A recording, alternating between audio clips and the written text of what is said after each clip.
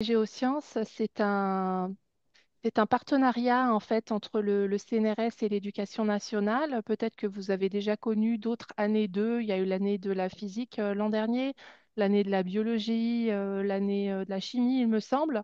Donc, c'est autour de l'année des géosciences qui s'adresse donc plutôt aux professeurs de SVT. Le rôle de cette année, c'est de mettre en lumière le rôle crucial des sciences de la Terre dans notre société, hein, puisque en fait, ce sont des métiers finalement qui ont un lien très très fort avec l'écologie, le développement durable. Et il nous semble que c'est intéressant de montrer ce rôle, notamment aux élèves.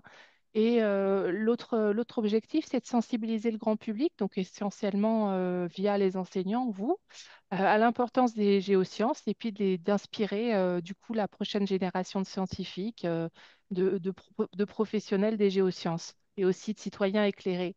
Donc, on a créé un site qui s'appelle donc année-des-géosciences.cnrs.fr et qui se veut un hub en fait de tout un concentré d'informations. Donc, vous y trouverez les derniers résultats scientifiques du domaine, les événements labellisés dans le cadre de cette année, il y en a une centaine, 150 déjà. Des intervenants pour vos classes, ce sont des professionnels volontaires qui se sont inscrits et on a mis aussi les régions dans lesquelles ils peuvent intervenir si c'est en présentiel ou bien si c'est en distanciel et le type d'intervention qu'ils proposent. Et vous trouverez aussi des ressources de tout type avec des livres, des vidéos, des expos, des sites web. Et enfin, de l'information sur les métiers. Si vous êtes notamment, si vous avez des spécialités SVT en première et terminale, vous serez peut-être content de pouvoir aiguiller vos élèves et leur montrer toute la diversité des métiers des géosciences. Donc le site, il s'enrichit jour après jour, donc je vous propose de le consulter régulièrement. Il y aura bientôt, très très bientôt, une newsletter, donc ce sera plus facile pour avoir justement vent des nouveautés. Mais en attendant, n'hésitez pas à aller jeter un œil. Ça fait pas très longtemps en fait qu'il commence à avoir un petit peu du contenu. Donc si vous y avez été il y a 2 mois, ça vaut le coup d'y retourner. Je vais laisser du coup la parole à Damien. Enfin, juste oui, pardon, vous précisez. Voilà, donc le déroulé, c'est 40 minutes d'intervention du scientifique, Damien en l'occurrence, que je vais laisser se présenter. Et puis, on a 20 minutes de session de questions-réponses. Donc, comment ça se déroule? Puisque vous n'avez pas la parole, en fait. Vous avez un outil Q&R en bas de Zoom, en bas de l'écran. Et ce qu'on vous propose, donc, c'est d'utiliser ce moyen et de liker aussi les questions dont la réponse vous intéresse. Donc, ce n'est pas la peine de lever la main. Je ne pourrais pas vous donner la parole. On ne peut pas se le permettre dans un tel format. Mais en tout cas, vous pouvez interagir avec nous par ce moyen en espérant qu'il n'y ait pas de problème. Voilà. Donc, levez peut-être la main s'il y a un gros problème et là, je commencerai à me poser des questions, mais sinon, ne levez pas la main pour dire bonjour, s'il vous plaît. Voilà, donc j'arrête le partage de mon côté et je laisse Damien se présenter et nous présenter son exposé. Ouais, alors merci, je vais essayer de partager mon écran du coup.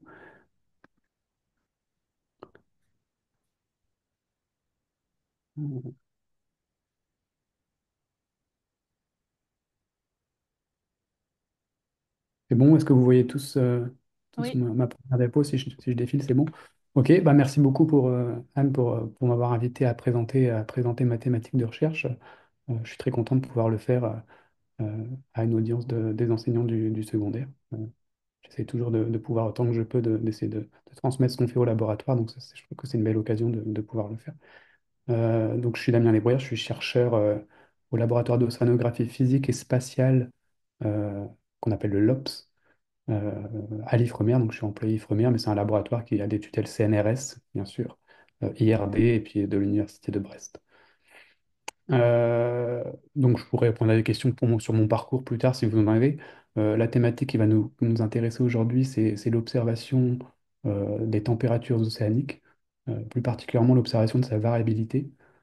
Donc finalement, quels sont les moyens qu'on a aujourd'hui pour comprendre les causes et les conséquences de l'évolution des températures océaniques. Donc voilà, c'est grosso modo mon domaine de recherche pour faire bref. Alors le plan de la présentation est le suivant. Donc on va commencer par parler de réchauffement global et de réchauffement de l'océan en particulier. On va voir comment et pourquoi il a joué et il continue de jouer finalement un rôle très important pour venir modérer l'effet du changement climatique anthropique. Ça nous mènera à une deuxième partie qui se focalisera sur l'observation in situ de l'océan. Donc, pour pouvoir vraiment appréhender ce rôle dans la balance climatique de l'océan, on a besoin d'outils pour aller le mesurer, pour aller mesurer son intérieur. Donc, on verra qu'est-ce qu'il y a à notre disposition aujourd'hui, quelle information on peut en tirer, et où se placent mes recherches dans ce contexte.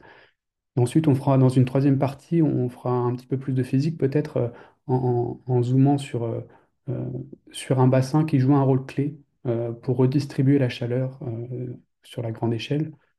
C'est l'Atlantique Nord. Alors pourquoi? Parce qu'on y trouve une circulation un peu particulière qu'on appelle l'AMOC. Peut-être que certains d'entre vous en ont entendu parler récemment, ça fait de plus en plus de bruit dans les médias. Donc voilà, j'expliquerai un petit peu ce que c'est que cette circulation, euh, comment elle fonctionne, comment est-ce qu'on peut la mesurer et quel est son impact finalement sur la variabilité de l'océan et plus particulièrement sur la variabilité de la température. Alors j'ai commencé par le constat de départ qui est assez simple finalement, il se base sur l'évolution de la composition chimique de l'atmosphère. Euh, donc ces figures, elles vous montrent euh, finalement la variabilité de la concentration de dioxyde de carbone dans l'atmosphère sur deux échelles de temps qui sont bien distinctes. À gauche, sur une échelle de temps qu'on va dire contemporaine, moderne. C'est une série temporelle qui nous vient de la station Mauna Loa, qui est à Hawaï, qui est je crois, la plus longue série de CO2 observée, de CO2 atmosphérique observée directement. Elle court depuis le milieu du XXe siècle. Et puis à droite, on voit cette augmentation replacée dans un contexte beaucoup plus long, donc un contexte qui court sur des centaines de milliers d'années, euh, et auquel on a accès grâce finalement aux petites bulles d'air qui sont emprisonnées dans la glace, qu'on récolte via des carottes de la glace, et qui permettent de reconstruire la teneur en CO2 dans l'atmosphère sur ces très très longues échelles de temps et sur les climats passés. Et ce qu'on voit, c'est finalement que, je vais enlever ma tête, peut-être que ça vous dérange, c'est que la concentration actuelle de CO2 et son augmentation, elle était très très brutale. On atteint des concentrations aujourd'hui qui sont jamais vues dans l'atmosphère depuis des centaines de milliers d'années. Et voilà une augmentation qui est très très rapide, dramatique. Euh, et ça ne fait aujourd'hui plus aucun doute. On est bien sûr conscient que ça va influencer l'effet de serre. Donc j'imagine que l'effet de serre, c'est un concept peut-être que vous présentez à vos élèves du secondaire, qui est ce mécanisme naturel, donc qui permet bah, voilà, dans un premier temps, d'avoir une température qui est vivable sur Terre. Euh, c'est ce mécanisme naturel qui vient absorber l'énergie infrarouge émise par la surface de la Terre. Et bien sûr, si on augmente la concentration de ces gaz à effet de serre, on va augmenter les températures globales. Et ce lien finalement entre CO2, entre concentration du dioxyde de carbone dans l'atmosphère et puis l'évolution des températures et du climat, il est connu de longue date, hein. Il a été proposé pour la première fois par ce scientifique suédois qui s'appelait Svante Arrhenius et qui dès la fin du 19e siècle avait vraiment prédit de façon très quantitative et très claire que l'importance finalement de regarder, de s'intéresser à l'évolution du dioxyde de carbone dans l'air pour pouvoir prédire les températures au sol et pouvoir prédire le climat. Et puis ce lien, dioxyde de carbone, finalement, climat et température, il est depuis martelé dans chacun des rapports du GIEC, hein, qui, qui, qui regroupe finalement l'état de l'art, l'état des connaissances actuelles sur le climat de la Terre, et qui nous montre dans chacun de ces rapports que l'influence humaine, elle a indéniablement réchauffé l'atmosphère, l'océan et les terres, et que ces changements, ils ont été très très rapides et qui sont étendus vraiment dans chacun des compartiments du système climatique. Alors, il y a un premier indicateur finalement qui est assez parlant et qui est très très souvent utilisé quand on parle de réchauffement et de réchauffement de l'océan en particulier, ben, c'est bien sûr la température de surface.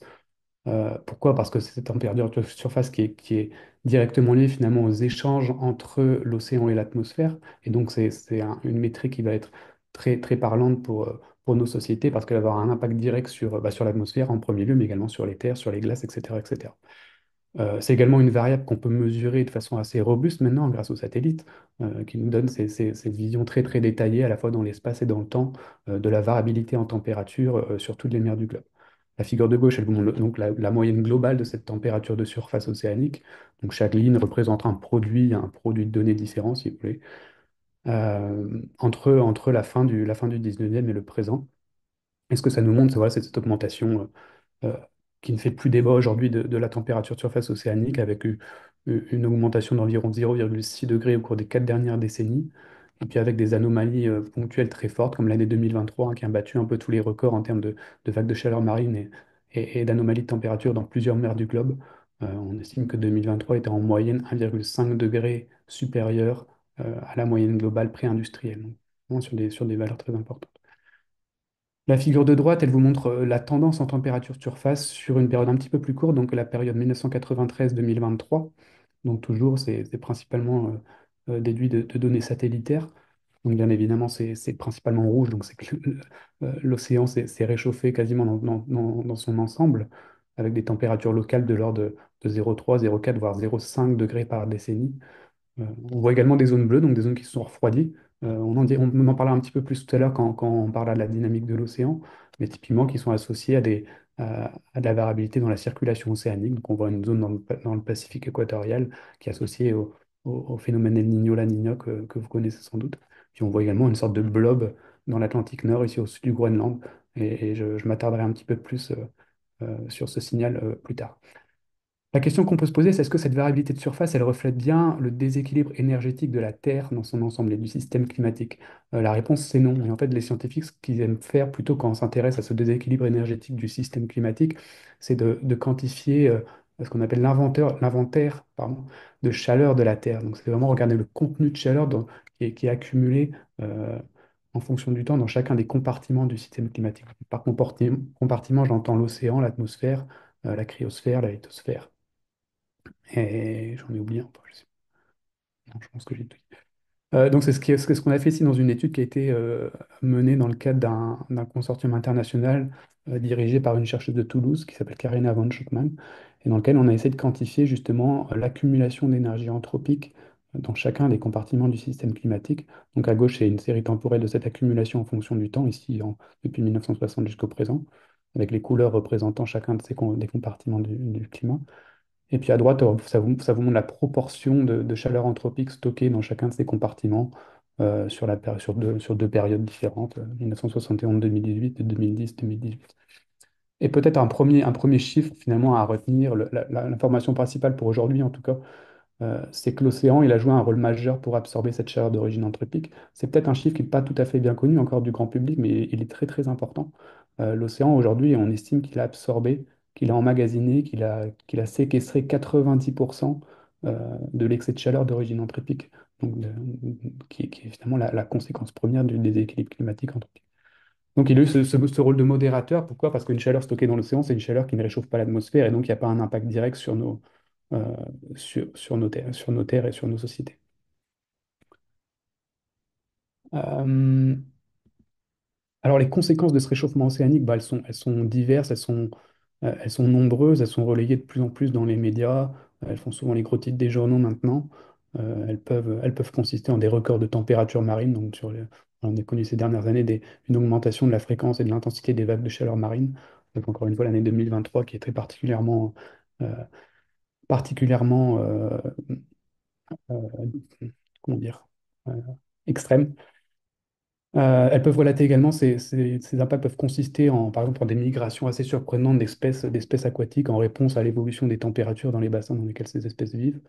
Alors, il y a une autre conséquence qui est sans doute une des plus parlantes, les plus visuelles, et donc peut-être l'une des plus alarmantes de ce réchauffement océanique et atmosphérique, c'est la disparition progressive de la banquise arctique, avec une disparition qui est de plus en plus prononcée chaque décennie. Et enfin, il y a un quatrième impact. Alors, bien sûr, c'est une liste ici qui est non exhaustive. Il y a un quatrième impact que je mentionne ici, c'est quelque chose dont on parle de plus en plus dans les médias. C'est une éventuelle modification de la circulation des océans, donc de sa dynamique, de sa physique, en réponse au réchauffement global. Et je m'attarderai un petit peu plus sur ce point à la fin de ma présentation. Et donc, tout ça, ça motive finalement l'observation de l'océan. ça motive de ne pas seulement regarder la surface de l'océan via les satellites, mais ça démontre l'importance d'aller sonder son intérieur, d'aller mesurer sa variabilité sur toute la colonne d'eau pour pouvoir voilà, appréhender ces changements, connaître ses impacts et on peut déchiffrer les mécanismes qui sont à l'œuvre régionalement, localement, sur toute une gamme d'échelles de temps. Il y a un point de départ qui est souvent mentionné voilà, comme un peu comme bâtisseur de cette océanographie in situ et de la mesure dans la colonne d'eau, c'est cette expédition du HMS Challenger, qui est un navire de la Royal Navy britannique et qui a sillonné toutes les mers du globe hein, pendant plusieurs années pendant la deuxième moitié du 19e siècle, avec à son bord plusieurs centaines de scientifiques et de marins. Donc c'est un bateau qui a parcouru plus de 130 000 kilomètres et qui a fait voilà, une multitude de stations de courantologie, d'hydrographie, de météorologie, pour nous donner un premier état des lieux finalement des conditions de l'état physique des océans. Alors bien sûr, à l'époque, les scientifiques disposaient de moyens beaucoup plus limités que ce dont on dispose aujourd'hui. Par exemple, les valeurs de température de l'océan étaient reportées à la main dans ces tableaux ici, comme vous voyez en bas à gauche. Et puis ça servait à dessiner des cartes, comme celle que je montre en haut à droite. Donc ça, c'est une carte de la densité de surface des océans mais quand même qui laissait déjà apparaître des grandes structures dynamiques à l'échelle des bassins, avec ces grands gyres subtropicaux qu'on observe ici, et puis des différences entre ces bassins, avec par exemple cet Atlantique qui est beaucoup plus dense pardon, que son Pacifique parce qu'il est beaucoup plus salé. Donc déjà, là, voilà, au milieu du 19e, on avait déjà une petite idée de à quoi ressemblait l'océan à grande échelle et à quoi ressemblaient ses propriétés physiques. Alors aujourd'hui, on dispose de beaucoup plus bien sûr, de moyens pour le faire. Ici, je mets une petit patchwork de photos qui est une liste bien sûr non exhaustive des technologies dont on dispose pour mesurer l'intérieur de l'océan. Et je parle bien sûr ici de la mesure physique. Voilà, les photos, puis à droite, c'est une carte qui vous montre finalement une sorte euh, qui montre la densité d'observation dont on dispose pendant une année donnée. Alors, je ne sais même plus quelle année c'était ici pour être très honnête, avec chaque couleur représentant un type d'instrument. Alors bien sûr, le premier type d'instrument ou de moyen à la mer, c'est le navire hauturier. Donc c'est en haut à gauche une photo du Thalassa, qui est un des quatre navires de la flotte océanographique française, qui permet de faire un de ces bateaux permet de faire des longs voyages, de traverser les océans et puis de faire de la mesure ponctuelle, locale, mais de la surface jusqu'au fond. Euh, un des instruments phares en océanographie physique aujourd'hui, c'est la rosette Battiston. Donc c'est une sorte de grand châssis en métal sur lequel on dispose plein de bouteilles et de capteurs divers et variés, qui est déployé depuis ces navires hauturiers pour obtenir des profils de diverses propriétés physiques et biogéochimiques entre la surface et le fond. Donc c'est vraiment, ça a été, cet instrument c'est un des premiers finalement avoir été utilisé sur les bateaux et c'est toujours très très couramment utilisé aujourd'hui pour cartographier, pour obtenir des photos à haute résolution de l'intérieur de l'océan. Tout en bas, je vous montre une photo d'un mouillage. Donc ça, c'est une technologie un petit peu différente. Donc ici, avec les mouillages, c'est des mouillages qui sont déployés depuis les bateaux, mais ils vont rester dans l'océan pendant un laps de temps plus ou moins long. Donc ça peut être quelques mois, quelques années. Et puis ils vont mesurer, enregistrer la variabilité de l'océan en un point donné. Donc ils mesurent la température, la salinité, ils mesurent la vitesse des courants, etc., etc. Un exemple sur la carte de droite, c'est ces points verts. Donc les points verts représentent les mouillages. Vous voyez tout un réseau assez dense de mouillages dans le Pacifique équatorial et dans l'Indien qui a été mis en place il y a, alors, je ne vais pas dire de bêtises, mais au moins une décennie maintenant, pour poursuivre l'évolution du phénomène El Niño. Donc c'est des données qui sont très importantes pour capturer la variabilité de ce phénomène. Il y a un troisième type d'instrument qui est de plus en plus utilisé et qui finalement occupe peut-être la première place sur le podium des instruments en océanographie physique, c'est les flotteurs autonomes. Et en particulier les flotteurs Argo. Donc on voit une photo au milieu ici des flotteurs qui font à peu près la taille d'un homme, qui sont déployés depuis les bateaux, encore une fois, mais qui font de la mesure autonome systématique dans toutes les mers du globe. Donc, c'est les petits points gris ici à droite. Et ce réseau Argo, il a vraiment été une révolution dans notre façon d'observer l'océan in situ, d'observer le climat. Et aujourd'hui, c'est la pièce maîtresse vraiment de l'étude en océanographie physique grande échelle et des études on va dire, en changement climatique. C'est quelque chose qui est très, très important. Et ça justifie aujourd'hui que je vous fasse une petite parenthèse finalement sur ce programme international parce que c'est tout d'abord quelque chose sur lequel on travaille beaucoup et avec lequel on travaille beaucoup à l'Ifremer et dans mon laboratoire. Mais encore une fois, c'est un outil euh, qui était révolutionnaire. Donc les flotteurs Argo, on peut les déployer à la fois depuis des grosses embarcations. Donc ici, c'est le Pourquoi pas, qui est un des autres gros navires hauturiers de la flotte française. Mais on peut aussi les déployer depuis des petites embarcations, donc des voiliers. Par exemple, sur le Vendée Globe, là, il y a, je sais plus, une dizaine ou une quinzaine de marins qui ont accepté de déployer des flotteurs Argo sur leur tour du monde. Et puis, ça peut être déployé depuis des Zodiacs. Donc, c'est vraiment aussi la facilité de déploiement de ces instruments, ça, c'est également une de ses forces. La carte, elle vous montre l'état actuel du réseau. Donc, Argo, c'est environ 4000 flotteurs profileurs qui sont répartis de façon homogène dans toutes les mers du globe. C'est un réseau qui est maintenu via une grosse collaboration internationale. Il y a environ une trentaine de pays qui participent à ces déploiements.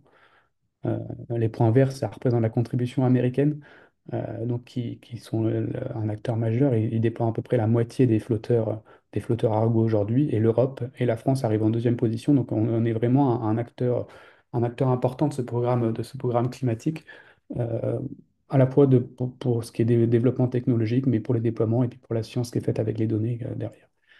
Pour vous donner un petit ordre d'idée de la révolution qu'a été Argo, donc on estime que avant Argo, donc pendant la décennie 1991-2000, on avait un peu dans nos bases de, si vous voulez, un ordre d'idée de la quantité de profils de température dans notre base de données, c'est 50 000. Avec Argo, pendant la décennie 2011-2020, on a multiplié par 30 cette quantité de profils. Donc vous voyez un peu l'ordre d'idée finalement de la quantité d'informations supplémentaires qu'on va pouvoir acquérir avec ce mode d'échantillonnage. Et je pourrais l'illustrer un petit peu plus tard. Alors, comment ça fonctionne un flotteur Argo? Bah, c'est assez simple. On le déploie, comme je l'ai dit, depuis n'importe quelle embarcation. Il va tout de suite plonger jusqu'à 1000 mètres de profondeur. Donc, c'est un flotteur qui est complètement autonome. Finalement, il change sa flottabilité en changeant son volume. Il va dériver dans les courants ensuite pendant 10 jours à 1000 mètres de profondeur. Donc, ça dérive. Il va garder une densité neutre et puis il va se laisser dériver. Au bout de 10 jours, il va plonger jusqu'à 2000 mètres de profondeur. Et puis là, il va entamer sa remontée vers la surface et pendant cette remontée, il va mesurer la température, la salinité et la pression. Ça, c'est les trois quantités, on va dire, classiques des flotteurs Argo. C'est ce qui a motivé euh, euh, finalement l'implémentation de ce réseau. Mais maintenant, on peut associer toutes sortes de capteurs sur ces flotteurs qui viennent mesurer des propriétés biogéochimiques comme l'oxygène, comme les sels nutritifs, comme le pH, comme la chlorophylle, etc., etc. Une fois arrivés en surface, ces flotteurs, ils transmettent leurs données directement via satellite et on les reçoit à terre. Elles sont ensuite voilà, vérifiées, calibrées, corrigées, à la fois par des processus automatiques, mais également par des agents au sol, avant d'être injectées dans des grosses bases de données qui sont utiles pour faire de la science fondamentale sur le climat, mais aussi pour alimenter toutes sortes de modèles numériques, que ce soit des réanalyses océaniques ou des modèles qui sont faits pour faire de l'océanographie opérationnelle ou de la prédiction météorologique à court terme. Donc c'est vraiment une source d'information vraiment qui est, euh, qui est multi-usage et qui est très importante. Alors Argo, aujourd'hui, comme je l'ai dit, c'est le principal outil pour estimer l'évolution des températures océaniques globales et régionales. Donc je remontre ici la figure de tout à l'heure qui, je le rappelle, montrait l'accumulation d'énergie anthropique dans chacun des compartiments du système climatique. Et ce dont je vais pas parler, c'est ces pointillés, ces lignes pointillées. Ça reflète l'incertitude, donc évidemment la fourchette de confiance qu'on a sur l'estimation totale du contenu de chaleur dans le système Terre. Et ce qu'on voit, c'est que cette incertitude, elle a quand même bien, bien fortement diminué en cours du temps, et notamment à partir des années 2000, avec l'implémentation de ce réseau. Donc l'une des forces d'Argo, ça a été de réduire nos incertitudes sur nos estimations du contenu de chaleur océanique et donc sur nos estimations du déséquilibre énergétique de la Terre. Euh, voilà. Alors, si on oublie un peu maintenant le réchauffement anthropique et qu'on laisse ça un petit peu de côté, Argo, ça nous sert également, bien sûr, à regarder la température, les évolutions, la variabilité de la température sur toute une gamme d'échelles de temps spatiales et temporelles. On peut très bien se placer en mer du Groenland, en mer de Chine ou dans le Pacifique Sud, et puis s'intéresser au cycle saisonnier de la température ou de la salinité, s'intéresser à la variabilité interannuelle, décennale, interdécennale, euh, euh, et aux mécanismes qui y sont associés. Et puis on peut calculer des tendances sur des périodes de temps plus ou moins longues. C'est ce qui est montré sur cette carte ici, qui vous montre la tendance en température moyenne sur la couche 0-2000 mètres. Donc on moyenne vraiment toutes les données Argo sur la verticale. Et puis on calcule une tendance sur la période 2007-2020. Donc on voit qu'on a accès à un détail assez important de cette tendance. Bien sûr, en moyenne, c'est plutôt rouge que bleu, donc c'est que l'océan entre 0 et 2 mm s'est réchauffé sur cette période, donc c'est qu'encore une fois le réchauffement d'origine anthropique. Mais on voit également l'apparition de structures de plus ou moins grande échelle euh, qui sont le reflet d'une dynamique océanique, et puis surtout des zones bleues, donc des zones qui se sont refroidies. Euh, et avec ce signal dans l'Atlantique Nord ici qui a été assez frappant et qui a justifié un élan d'analyse dans la communauté océanographique, et j'en parlerai un petit peu plus tout à l'heure. Voilà, alors finalement la qualité d'Argo pour venir mesurer les 2 premiers kilomètres de la colonne d'eau, bah, ça met un peu en évidence des limitations dans dans l'échantillonnage dont on dispose pour les couches profondes de l'océan.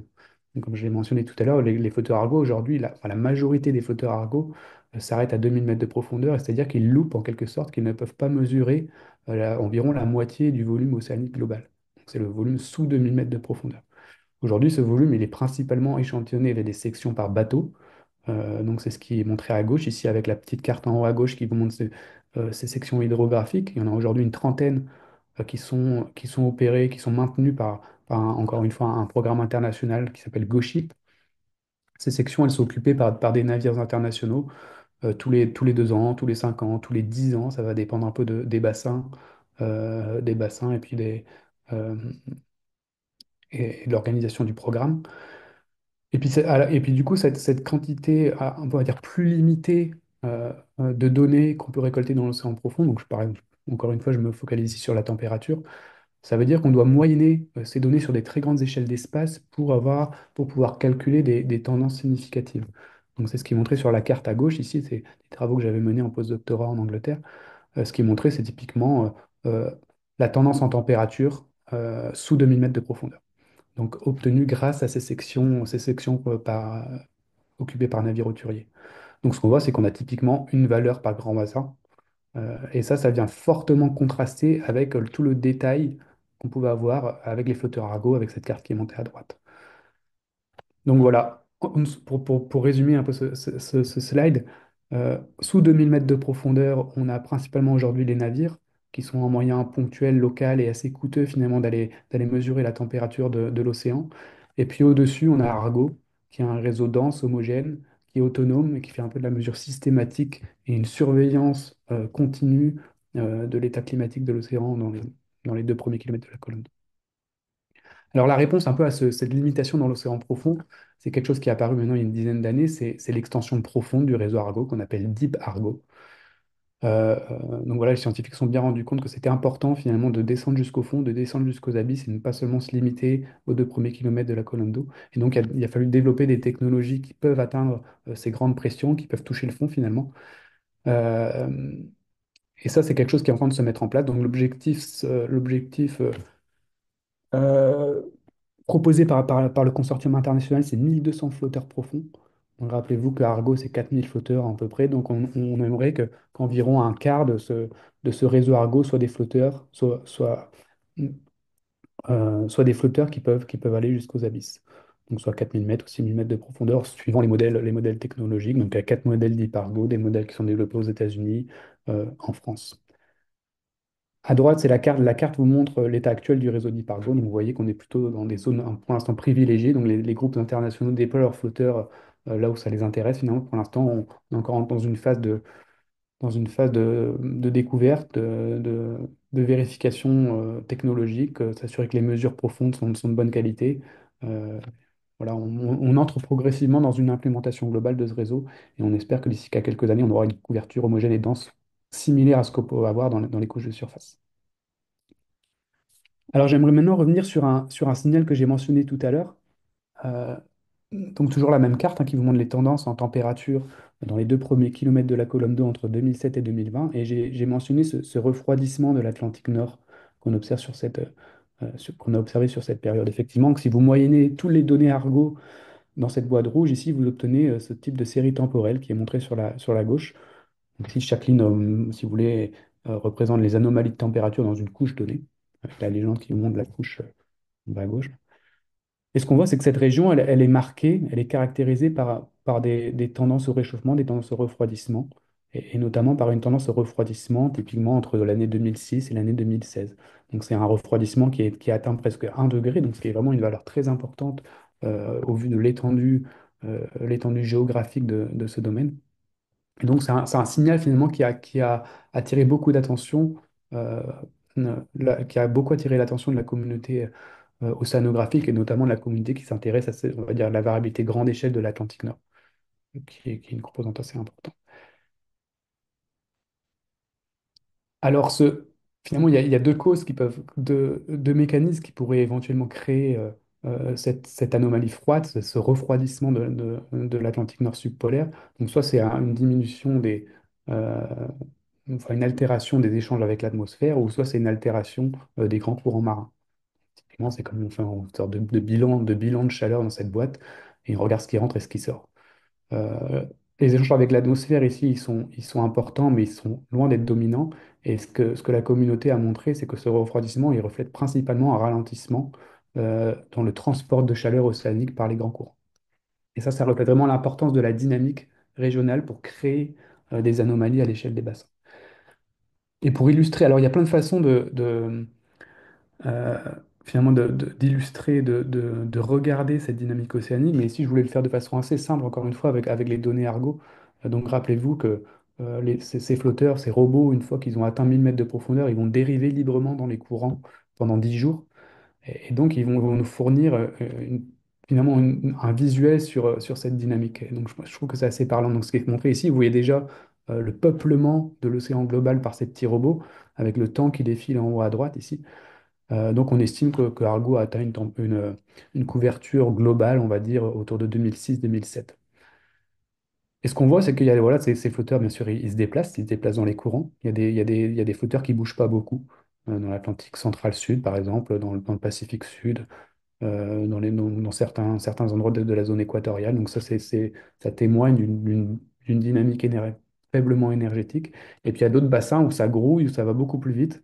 On peut citer par exemple l'océan austral. Donc on a ce très fort courant circumpolaire antarctique qui voyage d'ouest en est. Et on voit ces flotteurs vraiment qui font tout le tour du continent antarctique. Et puis il y a ces bords ouest des bassins où on voit que les flotteurs voyagent. Déjà, ils sont plus nombreux parce qu'on en met beaucoup dans ces régions parce que c'est des régions importantes. Et puis ça grouille, ça voyage très vite. Et ça, c'est plutôt témoin d'une dynamique voilà, intense dont la variabilité va pouvoir jouer un rôle important pour générer des anomalies de température dans l'océan. Donc on peut citer par exemple le Kuroshio, qui a un courant de bord-ouest. euh, je vais remettre lecture. Qui est ce courant de bord-ouest dans le... Ça marche plus. Voilà. Le Kuroshio, qui est ce courant de bord-ouest dans le Pacifique, et puis son équivalent atlantique, qui est le Gulf Stream, dont j'imagine que vous avez entendu parler. Donc on est très âgé finalement à déployer beaucoup de flotteurs dans ces régions parce qu'on sait qu'ils vont jouer un rôle important pour la redistribution de chaleur et d'autres propriétés. Alors maintenant, on va s'intéresser un petit peu plus à l'Atlantique. Donc on voit aussi encore que l'Atlantique, on a mis beaucoup de flotteurs Argo qui se déplacent très vite. Euh, et pourquoi on s'intéresse particulièrement à ce bassin? Parce qu'on y trouve une composante de la circulation globale euh, qui est essentielle. Cette composante, on l'appelle la circulation de retournement atlantique. Alors c'est l'acronyme qu'on utilise pour l'appeler, c'est l'AMOC. Ça veut dire Atlantic Meridional Overturning Circulation. Et la MOC, qu'est-ce que c'est? Elle prend part finalement à une circulation globale qui vient connecter tous les bassins, qui vient connecter la surface avec les abysses. C'est une circulation qui est maintenue euh, énergétiquement finalement par les différences de densité de l'eau mer et puis par le vent. Et puis on la schématise souvent ici à droite sous cette forme de... peut-être une schématisation un petit peu trompeuse, mais qui reste quand même utile pour en visualiser quelque chose qui peut être un peu abstrait. On la visualise sous la forme de sorte de tapis roulant, avec ce transport d'eau chaude dans les couches de surface vers le nord, euh, et puis un retour compensatoire d'eau froide en profondeur vers le sud. Et ces deux branches de la MOC, donc la branche de surface et la branche profonde, étant connectées aux hautes latitudes par de la formation d'eau profonde. Si vous voulez, une plongée des eaux aux hautes latitudes du fait de leur refroidissement. Alors, cette amok, elle est importante parce que elle transporte plein de choses. Elle transporte plein de propriétés physiques, plein de propriétés biochimiques, et sans doute la première, propriété à laquelle on pense, ben, c'est la chaleur. On estime que cette amok, elle a la puissance, elle transporte 1 million de milliards de watts, et donc c'est la puissance d'équivalent d'un million de réacteurs nucléaires modernes. Donc on imagine bien que c'est important de suivre l'évolution de cette circulation et que toute fluctuation dans son intensité, bah, ça va pouvoir générer des anomalies de contenu de chaleur à l'échelle des bassins qui va être assez important. Alors, les sections par bateau, aujourd'hui, elles nous permettent finalement de cartographier ces grandes masses d'eau qui sont transportées par la MOC. Et si je vous montre un exemple d'une section de température, donc en fonction de la profondeur en ordonnée et de la latitude en abscisse, donc on part finalement de l'Islande à droite jusqu'à l'Antarctique. Et ça laisse apparaître, c'est la stratification de l'océan, donc avec ces eaux très chaudes en surface qui sont transportées par la branche haute de la Moque vers le nord, et puis plutôt ces eaux froides dans les couches intermédiaires et profondes qui sont plutôt transportées par la branche basse de la Moque dans les couches profondes. Je vais maintenant faire un petit point important. C'est important, euh, c'est souvent un amalgame qui est fait par beaucoup de gens. La Moque, c'est pas le Gulf Stream. Donc on entend souvent, est-ce que le Gulf Stream va s'arrêter? C'est deux choses différentes. La MOC, c'est finalement juste un concept, c'est une construction mathématique qui vient intégrer voilà, une panoplie de courants et d'échelles spatiales. Le Gulfstream, en l'occurrence, c'est un courant, c'est une composante de la MOC. Il entre dans cette vision intégrée de la circulation. Alors, ce Gulfstream, il a été cartographié pour la première fois par Benjamin Franklin, qui, dans son livre de 1769, qui se demandait finalement pourquoi les navires marchands qui voyageaient entre les Amériques et l'Europe mettaient beaucoup plus de temps à revenir d'Europe qu'à y aller. Et donc il a découvert que c'était dû à la présence de ce courant chaud et très très intense qui accélérait les navires euh, vers l'est. Alors aujourd'hui, bien sûr, on a une vision beaucoup plus détaillée de ce que c'est que le Gulf Stream et plus généralement de ce que c'est que la circulation de l'océan. Ça, c'est une simulation de la circulation des courants dans l'Atlantique Nord via un modèle numérique. Vraiment, un concept important, c'est que cette circulation océanique, aujourd'hui, elle consiste vraiment en un continuum d'échelle spatiale qui sont en constante interaction. Et la MOC, ça va être une vision intégrée de cette circulation tridimensionnelle qui est très complexe. Donc on va vraiment finalement moyenner sur l'horizontale ces grands courants pour n'en garder qu'une composante, la composante méridienne, donc la composante selon la latitude. Euh, Pourquoi? Parce que c'est cette composante-là qui va jouer un rôle important pour rééquilibrer euh, euh, le bilan énergétique de la Terre et transporter cette chaleur vers le nord. Alors au laboratoire, on est très attaché à étudier cette circulation, à étudier la MOC. C'est un des objets importants de nos études. Et il y a un projet assez phare qui est mené depuis une vingtaine d'années maintenant, qui s'appelle le projet OVID, pour Observatoire de la variabilité interannuelle et décennale en Atlantique Nord. Euh, alors, ce programme, il se base principalement sur l'observation par navire. Donc, il y a une dizaine de campagnes qui ont été menées maintenant depuis 2002 sur le long d'une section qui relie le Portugal au Groenland. Le long de ces sections, donc, le bateau s'arrête tous les 20, tous les 10, 20, 30 kilomètres, déploie la CTD, la rosette bassissonde dont j'ai parlé tout à l'heure, jusqu'aux abysses. Et puis, on obtient ce genre de coupe, euh, déjà de température, de salinité. Mais ici, je vous montre une coupe de courant. Donc, encore une fois, entre le Portugal et le Groenland. Donc, quand les zones rouges, c'est des courants qui vont vers le nord, les zones bleues, ce sont des courants qui vont vers le sud. Et la MOC, finalement, c'est une vision intégrée, encore une fois. On vient intégrer, on vient moyenner ces courants sur l'horizontale pour ne garder qu'une valeur à chaque niveau de profondeur. Et ça, on s'en sert ensuite pour. Alors, je vois qu'il y a quelqu'un qu'on parle dans le chat, alors je vais juste vérifier que c'est pas. Je sais pas, Anne, si tu veux Non, c'est intervenir. juste moi, ne t'inquiète pas, c'est que je m'étonne qu'il n'y ait pas de questions et en même temps il y avait une personne qui levait la main, donc je prévenais pour ceux qui sont arrivés un petit peu plus tard il fallait tout simplement utiliser l'outil Q&R qui est situé en bas de l'écran du Zoom pour poser vos questions et ça ne sera que par écrit. Merci à vous. Désolée Damien. Pas de souci.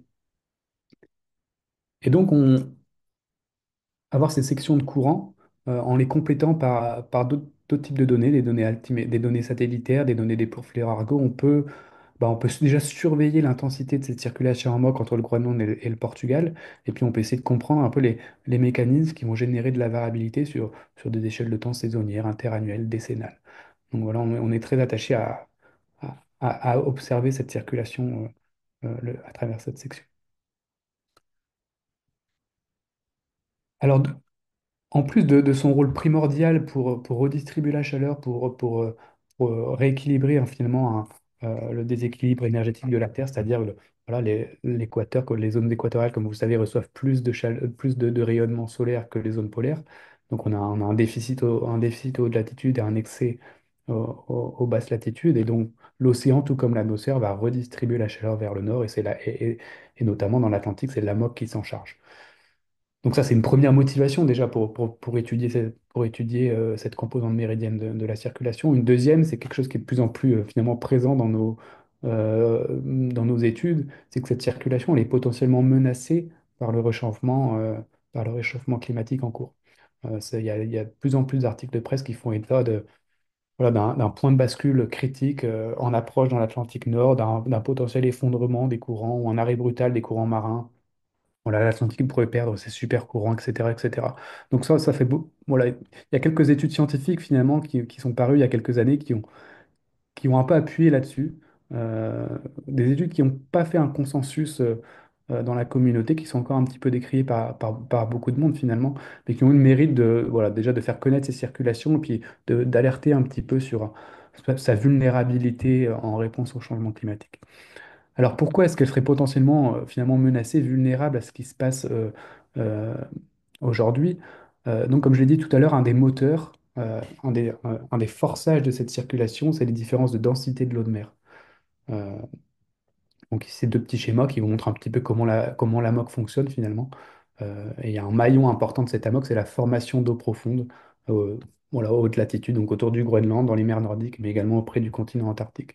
Cette formation d'eau profonde, elle dépend assez fortement de la densité des eaux de surface. Donc, plus l'eau de surface va être dense, plus elle va avoir tendance à plonger, et donc plus cette circulation va se retrouver dans un mode plutôt actif intense.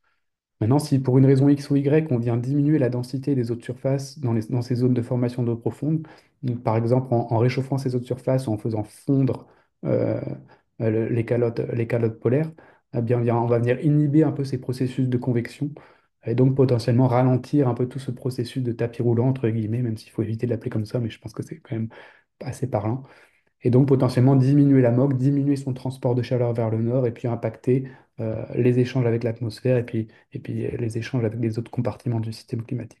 Donc c'est un peu le mécanisme, en tout cas, qui est à l'œuvre aujourd'hui dans les modèles de climat euh, qui sont utilisés pour prédire le climat de demain. Donc c'est des modèles euh, qui sont forcés par des scénarios d'émissions de gaz à effet de serre. Donc c'est ce qui est montré à droite ici. La figure de droite, elle vous montre la réponse de la MOC euh, en axe des ordonnées, en pourcentage d'intensité, à une augmentation globale des températures. Donc, par exemple, on voit que pour 1,5 degré de réchauffement global, donc c'est la ligne verte ici, on a une AMOC qui diminue d'environ 20%. Donc ça, c'est en moyenne ce que les modèles de climat aujourd'hui qui sont utilisés dans les rapports du GIEC nous montrent. Et puis, bien sûr, plus on va réchauffer, plus la MOG va avoir tendance à diminuer. Bien sûr, on voit aussi qu'il y a une énorme fourchette d'incertitude associée à ces valeurs, parce que tous les modèles ne nous disent pas la même chose.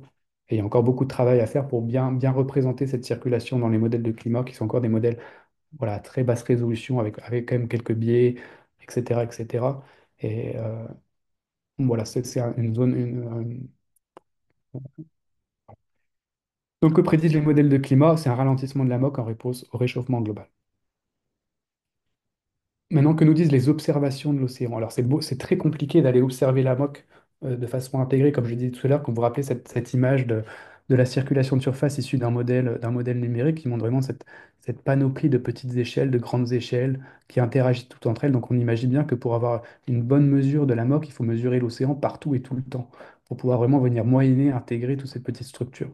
On ne peut pas juste se placer dans le Gulf Stream, mesurer le Gulf Stream et dire, OK, ça représente la MOC.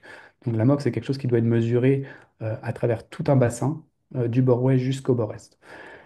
Alors, tout à l'heure, j'ai parlé d'Argo un peu comme une révolution euh, de notre façon de mesurer le climat, de mesurer la température de l'océan. Il y a un programme assez, finalement, qu'on peut présenter de la même façon pour la mesure de la MOC, c'est le programme RAPID, qui a été initié en 2004 par nos collègues britanniques et américains. Euh, ou qu'est-ce qu'ils ont fait? Voilà, ils ont vraiment fait l'état des lieux de nos connaissances sur le sujet. Ils se sont rendus compte qu'on avait vraiment besoin d'une mesure continue de cette circulation. Et ils sont allés se placer à 26 degrés nord, donc au cœur du gire subtropical de l'Atlantique Nord. Et ils ont déployé toute une panoplie de mouillages, les mouillages que j'ai mentionnés tout à l'heure. Donc des lignes instrumentées, ancrées au fond, sur lesquelles on dispose toutes sortes d'instruments pour mesurer les courants, pour mesurer la température, etc. Et grâce à ces mouillages qui restent dans l'eau, qui mesurent, qui enregistrent la variabilité des courants de façon continue, on peut estimer la MOC euh, euh, en fonction du temps. Donc voilà, on n'est plus dans une estimation comme le projet Ovid que je mentionnais tout à l'heure par des bateaux à un instant donné. Là, on est vraiment sur un suivi, une surveillance continue de cette variabilité en fonction du temps. Et ce que nous disent ces observations, finalement, c'est que la MOC, elle est caractérisée par une variabilité très, très énergétique sur toute une gamme d'échelles temporelles. Donc vraiment, d'une semaine sur l'autre, d'un mois sur l'autre, d'une année sur l'autre, la MOC, l'intensité de la MOC va énormément varier. Et aujourd'hui, nos observations, donc la série temporelle aujourd'hui, elle a 20 ans. On n'est pas à même de détecter une tendance au ralentissement ou un affaiblissement qu'on pourrait attribuer au réchauffement anthropique. Ce qu'on voit, c'est plutôt de la variabilité interannuelle, voire de la variabilité décennale, qu'on va plutôt attribuer à des forçages naturels, comme la variabilité des vents, par exemple. Mais là, cette série temporelle, elle est encore trop courte pour pouvoir finalement confirmer ce que les modèles de climat aimeraient nous dire que la MOC est en train de ralentir en réponse au réchauffement anthropique. Euh, voilà. Alors, je vais m'arrêter là avec un petit résumé. Donc, on a un peu parcouru trois thématiques. Le premier, on a parlé de réchauffement global. Donc, on a vu que les activités humaines, bon, ça, j'imagine que je ne vous ai pas appris grand-chose, mais réchauffent le climat à un rythme qui est sans précédent. Mais un point important, c'est que 90% de cette chaleur anthropique, bah, aujourd'hui, elle est emmagasinée dans l'océan. Et une des questions, c'est jusqu'à quand, finalement, l'océan va pouvoir jouer ce rôle de tampon climatique? Et est-ce que, finalement, il va devoir un jour relâcher cette chaleur vers l'atmosphère et donc accélérer tous les effets et tous les impacts néfastes du réchauffement climatique sur nos sociétés. On a vu du coup l'importance d'aller observer in situ cet océan, voilà, pour quantifier, pour surveiller cette évolution de température, mais également pour comprendre ses causes. Donc, par exemple, pour dissocier la variabilité naturelle dans certains bassins de la variabilité anthropique. Et pour ce faire, le programme d'observation Argo, ça a été vraiment une révolution voilà, dans notre façon de faire de la science, de faire de l'océanographie physique aujourd'hui. Et enfin, on s'est intéressé à l'Atlantique Nord, hein, qui est un des bassins qui subit les plus larges variations de température. Pourquoi? Parce qu'on y trouve cette circulation méridienne importante qui est la MOC. Il y a des efforts très importants qui sont faits aujourd'hui pour mesurer cette circulation, pour la comprendre. C'est vraiment ce qu'on appelle un hot topic aujourd'hui en océanographie physique, cet amog et son devenir à plus ou moins court terme. Euh, voilà, donc j'espère que ça vous a intéressé. Je suis preneur de questions si vous en avez. Et voilà, si vous n'en avez pas, pas grave. Merci à tout le monde. Merci à toi, Damien. Alors, on a une personne qui s'excuse d'être partie et qui trouvait ça très intéressant pour te rassurer. Et aussi, une seule question pour le moment, mais peut-être ça va donner envie à d'autres d'en poser. Avec quels outils sont faites les mesures depuis un bateau à grande profondeur? Alors, je vais peut-être revenir slide d'outils. C'est en fait un des outils dont je parlais, c'est qui permet d'aller jusqu'aux abysses. Finalement, c'est cette rosette bâtissante. Donc, c'est vraiment un châssis en métal sur lequel on va disposer toutes sortes de capteurs qui mesurent la température, qui mesurent la salinité, qui mesurent les courants, qui mesurent l'oxygène. Et donc ça, on le descend depuis le navire, donc c'est accroché sur une sorte de portique. Cette grosse rosette, elle descend jusqu'au fond. Et pendant sa descente et pendant sa remontée, elle fait des mesures. Elle mesure la colonne d'eau, elle mesure les propriétés physiques de l'eau de mer. Donc ça, c'est une des façons de le faire depuis un navire. Euh, voilà. Et il y a d'autres façons. Et on peut utiliser des robots autonomes ou des robots pilotés qui vont plus ou moins profond pour faire ces mesures. Alors, on n'a pas d'autres questions. On a d'autres personnes qui trouvent ça très intéressant et passionnant. Merci à vous de nous le dire. Moi, j'en avais une. Est-ce que tu peux parler un petit peu, mais je ne sais pas, du programme Adopt Float qui peut peut-être intéresser des enseignants? Ouais, bien sûr. Ouais. Ouais, ouais, c'est une très bonne idée. J'avais pas pensé à en parler en fait. C'est marrant parce qu'il y a la semaine dernière, j'y étais. En fait, dans le cadre de ce programme Argo, on peut intervenir dans des classes. Alors, ça va de la maternelle jusqu'au lycée, si je dis pas de bêtises. Euh, et donc, on intervient dans les classes pour leur parler de ce que c'est qu'Argo. Donc, on vient souvent avec un flotteur avec nous. On discute avec les élèves de comment ça fonctionne et à quoi ça sert. Et puis à côté de ça, on a des séances plutôt, on va dire, thématiques où on va leur parler de courant, de climat, on va leur parler un peu plus de biologie ou de plein de choses. Donc il y a voilà, des séances flotteurs qu'on appelle les séances flotteurs. Donc on est vraiment sur l'outil Argo. On discute avec eux, on fait des petites activités, des petites expériences. Voilà, il y a beaucoup d'interactions, c'est très sympa. Et puis on a des séances plutôt thématiques, on fait un peu plus de sciences, on essaie voilà, de les sensibiliser un petit peu sur le climat, sur la pollution plastique, sur plein de choses. Il y a plein de thématiques qui sont abordées avec les classes. C'est un programme qui prend de l'ampleur, hein, parce que c'était au départ piloté l'Université de Villefranche, oui, par l'Université de Villefranche, mais maintenant l'Ifremer également, y contribue également. Donc voilà, le territoire Adopte Flotte est en train de s'étendre. Et si vous êtes intéressé, il ne faut pas hésiter à revenir vers moi et vous mettre en contact avec le service Ifremer de communication qui s'occupe de tout ça. Donc vous pouvez proposer votre classe et vous aurez éventuellement des intervenants scientifiques qui viendront parler d'Argo, qui viendront parler de la science qu'on fait avec Argo.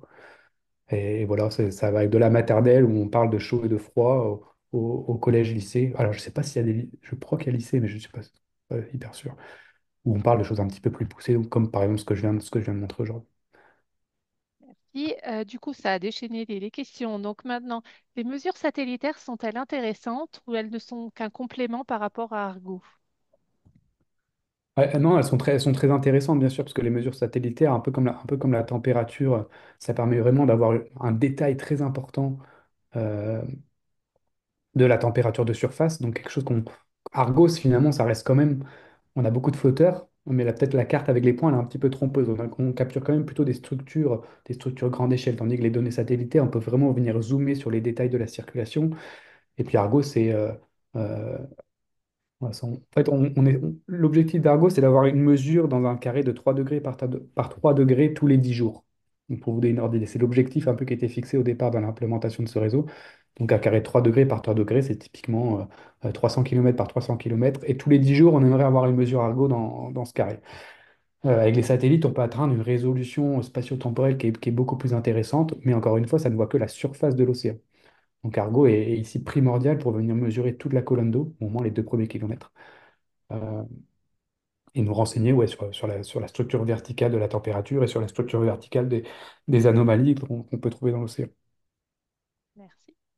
Y a-t-il un équivalent de l'AMOC dans le Pacifique? Non, il n'y a pas d'équivalent de la MOC dans le Pacifique. C'est pour ça que l'Atlantique est assez particulier. Euh, L'Atlantique, c'est peut-être une des raisons principales pour ça, c'est que l'Atlantique, comme je le disais tout à l'heure, en fait, sur la carte, on voyait ça sur la carte du Challenger, l'Atlantique est beaucoup plus salé euh, que son compère Pacifique, et du coup, ça va faciliter la formation d'eau profonde aux hautes latitudes de ce bassin. Bien sûr, plus il y a de sel, plus l'eau de surface va être dense, et donc on va avoir moins besoin d'enlever de la chaleur pour pouvoir convecter profond. Donc c'est une des raisons pour laquelle l'Atlantique a ces zones bien localisées de convection profonde, en mer du Labrador, en mer d'Irminger, en mer du Groenland, en mer du Norvège, du fait de cette salinité de surface assez élevée. Euh, le Pacifique, il y a un transport de chaleur dans le Pacifique, bien sûr, il est pas nul, mais il n'est pas aussi intense du fait qu'on n'a pas une circulation si vigoureuse sur le plan méridien. Alors, on te demande aussi si ces programmes sont menacés par les restrictions budgétaires. Les restrictions budgétaires, Alors, j'imagine que je ne c'est sais pas, j'ai pas français. plus de précision, si c'est par Ouais, restrictions budgétaires en France ou peut-être même aux ouais, États-Unis, ouais, je je ne sais sais pas. qu'en ce moment, on en a beaucoup parlé. Alors en France, enfin même de façon globale, en tout cas en France, euh, Argo, je vais me mettre le slide Argo peut-être, voilà.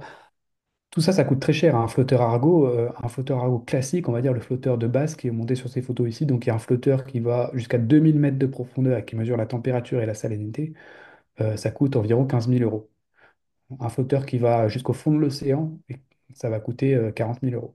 Donc voilà, et puis ça a duré, bien sûr, une durée de vie limitée. Donc c'est un programme qui coûte cher à pérenniser. Alors bien sûr, ça coûte cher, mais en comparaison par exemple, avec la science satellitaire, c'est pas grand-chose. Mais c'est encore un programme qui est financé par des projets. Donc c'est vraiment les scientifiques qui doivent aller chercher des financements pour racheter ces flotteurs. Donc c'est pas du tout quelque chose qui est coordonné à l'échelle européenne ou même enfin, à l'échelle nationale ou européenne. Euh, donc voilà, on essaie de travailler là-dessus, mais c'est très difficile finalement d'aller convaincre les politiques de financer un tel réseau. Donc c'est encore aujourd'hui, comme je l'ai dit, des projets scientifiques. Euh, c'est moi, c'est mes collègues, c'est les collègues des autres laboratoires qui vont demander des financements pour essayer d'acheter quelques flotteurs et de continuer à faire ces mesures dans le temps. Voilà, voilà un peu la complexité euh, de la chose. Donc l'État ne finance pas directement Argo. Finance des agences, des agences de financement comme l'ANR, par exemple, auxquelles on peut postuler via des projets de recherche pour acheter des flotteurs et faire de la science avec. Donc on aimerait bien que ce soit un peu plus chapeauté au-dessus, que ce soit quelque chose voilà, qui a un budget alloué à Argo et que nous, on n'ait plus trop à se préoccuper d'aller chercher des sous. Voilà. Alors, une autre question sur la MOC. Si les mesures actuelles ne sont pas probantes pour démontrer un ralentissement de la MOC, pourquoi tant d'articles de presse dessus et est-ce qu'il y a eu beaucoup d'articles scientifiques faits à partir des modèles? Enfin, est-ce que ce serait une explication? Ouais, c'est une explication. Ouais, déjà, c'est une première explication. C'est que il y a beaucoup d'articles, bien sûr, qui se basent sur des modèles de climat hein, pour essayer de comprendre comment la MOC fonctionne, comment est-ce qu'elle pourrait varier en réponse à tel mécanisme. euh, voilà, euh, relié ou non à un forçage anthropique d'ailleurs. Euh, et puis on peut également, via des observations, donc quand je parlais tout à l'heure, quand la série temporelle que j'ai montrée tout à l'heure du programme rapide, elle est spéciale parce que c'est une série temporelle de la MOC observée directement par des capteurs dans l'océan. Voilà, c'est la première, on vient mesurer directement les courants. Et cette série temporelle-là, elle est encore un peu courte, comme je disais, pour déceler des tendances. Par contre, on peut essayer de reconstruire la MOC via des observations, via la construction de proxys. Et c'est souvent ce qui est fait pour essayer d'étendre un peu dans le passé cette série temporelle, par exemple en utilisant des index de température de surface issus des satellites, donc quelque chose qui court sur plusieurs décennies maintenant en se disant que voilà qu'il y a un lien de cause à effet entre l'intensité de la moque et puis la température de surface, donc ce qui n'est pas forcément stupide en premier lieu. Hein. C'est que la moque, plus elle va être forte, plus elle va transporter de la chaleur vers le nord, plus ça va se réchauffer au nord. Et donc ça va refléter une augmentation de la température de surface. Donc certains scientifiques se basent sur des index de température de surface pour reconstruire la moque depuis un siècle à peu près. Et c'est ces articles-là finalement qui se basent sur ces proxys, on appelle ça des proxys de la moque, qui ont un peu déclenché ce mouvement d'intérêt sur cette circulation parce que certains d'entre eux voilà, prédisaient une sorte d'effondrement, de ralentissement brutal de cette circulation. Euh, voilà, mais il y a plein d'incertitudes associées à ces études voilà, qui sont encore, qu'on a encore du mal à comprendre et ça fait pas du tout l'unanimité. Voilà. Très bien. Alors, on a aussi des questions sur, tu as parlé d'Adopt Float et donc on demande comment te joindre pour participer à ce dispositif. Est-ce que éventuellement je peux partager ton adresse mail Oui, ou... bien sûr, ouais, ouais. Vous Ouais. pouvez partager mon adresse mail et puis après, en fait, je mettrai juste en contact avec le service communication de l'Ifremer. Ou alors, si vous trouvez directement le contact du service communication de l'Ifremer, j'imagine que ça doit être accessible sur le site Voilà. internet. Sinon, si vous tapez Adopt Float, il y a aussi l'Institut de Villefranche-sur-Mer qui a un site et Ouais, ouais, il y a une coordinatrice qui voilà. s'appelle Léa. Oh, j'ai oublié son nom. Mais oui, oui. Caroline Oui. Charles aussi. Et, enfin, Ouais. bon, de toute façon, on peut éventuellement vous mettre ces infos, rajouter dans les slides. Ouais. Qu'est-ce que j'avais d'autre comme question? Pareil, on te demande si tu te déplaces dans les lycées sur tout le territoire. Sur tout le territoire, je sais pas. Dans le cadre, dans les lycées, j'ai jamais fait les lycées. Moi, ça m'intéresserait pas mal de le faire. Dans le cadre d'Adopte j'ai surtout fait le primaire. Je suis très partant pour essayer pour faire des interventions dans les lycées. Après, je dis pas que j'irai jusqu'à Ajaccio, mais voilà. Je reste ouvert aux propositions. Il ne faut pas hésiter à me contacter s'il y a des choses qui se mettent en place et s'il y Alors, a des. quelqu'un se demande à Rouen, par exemple. C'est pas trop loin de ta Bretagne, de Ouais, Brest. ouais, bah écoutez, faudra qu'on en discuter. Ouais. Pourquoi pas. Très bien, donc je vous ai mis les coordonnées, enfin j'ai répondu à une des personnes, donc vous devez pouvoir la voir, mais sinon on remettra les coordonnées de Damien. Alors je pense qu'on peut se laisser une ou deux questions et puis tu m'arrêtes quand tu dois partir, Damien. Ouais, ouais. Donc est-ce qu'il existe des grandes différences de température ou d'autres paramètres selon la profondeur à grande profondeur? Oui, il y a des grosses différences de température selon la profondeur. Ça, je vais peut-être remettre. Ça, c'est ce que je montrais, la section que je montrais tout à l'heure. Donc, c'est une coupe de la température dans l'Atlantique, finalement. À droite, c'est l'Islande, à gauche, c'est l'Antarctique. Et on va de zéro, on va de la surface en haut jusqu'à 5 000 mètres, 6 000 mètres de profondeur. Donc, typiquement, les autres surfaces, elles sont de l'ordre de 25 degrés dans les zones tropicales, subtropicales. Et puis, si on passe aux hautes latitudes, notamment près de l'Antarctique, on a une masse d'eau assez fameuse qu'on appelle l'eau antarctique de fond, qui a une température qui avoisine, qui est parfois négative. Donc on a des très très forts gradients verticaux de température, on appelle ça la stratification dans l'océan. Et voilà, et donc les anomalies, finalement, les anomalies de température, elles ont également une structure verticale. Je ne sais pas si la question, je ne suis pas sûr d'avoir compris la question, mais Je ne veux pas si la dire non question plus. Peut-être que cette La personne se la réexprimera question, si... c'était si la question c'était est-ce que l'océan se réchauffe à la même vitesse en fonction de la profondeur? La réponse est non. Finalement, le réchauffement est quand même principalement focalisé dans les couches de surface de l'océan, on va dire dans les premiers 1000 mètres. Je ne dis pas de bêtises, les premiers 1000 mètres emmagasinent environ 60% de cette chaleur anthropique. Et donc, plus on va profond, bien sûr, plus le réchauffement va être limité et va être faible. Mais ça va dépendre des régions. Dans les autres formations d'eau profonde que je mentionnais tout à l'heure, qui sont associées à la MOC, on va pouvoir avoir des connexions entre la surface et le fond qui sont beaucoup plus accentuées, et donc une propagation des signaux en température, des signaux climatiques qui vont pouvoir atteindre les plus grandes profondeurs. Alors il y a une petite précision, c'est sous 2000 mètres. Sous 2000 mètres, ouais. Sous 2000 mètres, en fait, je vais pouvoir le montrer finalement, l'illustrer avec la tour de tout à l'heure. Voilà, ça. Donc ça c'est vraiment finalement une quantité, la même variable qui est montrée à gauche et à droite. À droite, c'est les flotteurs Argo, c'est au-dessus de 2000 mètres. Donc on n'est pas en degrés si on est en watts par mètre carré. Mais on voit qu'il y a grosso modo, entre l'océan, entre 0,2000 mètres et 2000 mètres, 4000 mètres, on a typiquement un facteur 10 euh,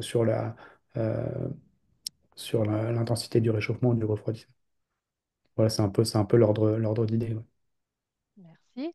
Et donc une dernière question, on revient sur la MOC. Y a-t-il des redistributions, même moindres, à l'échelle de la Méditerranée? Alors, je suis pas spécialiste de la Méditerranée. Alors, je vais peut-être pas me prononcer. Je vais peut-être pas me prononcer parce que c'est un peu un bassin que je connais bien. Mais dans tous les bassins, dans toutes les mers du globe, il y a de la redistribution de propriétés physiques et biochimiques qui sont dues à la circulation de ces bassins. Donc, il y a pas, l'océan, il est en mouvement tout le temps, il est partout. Et sans cesse, il contribue à redistribuer la température, à distribuer la salinité.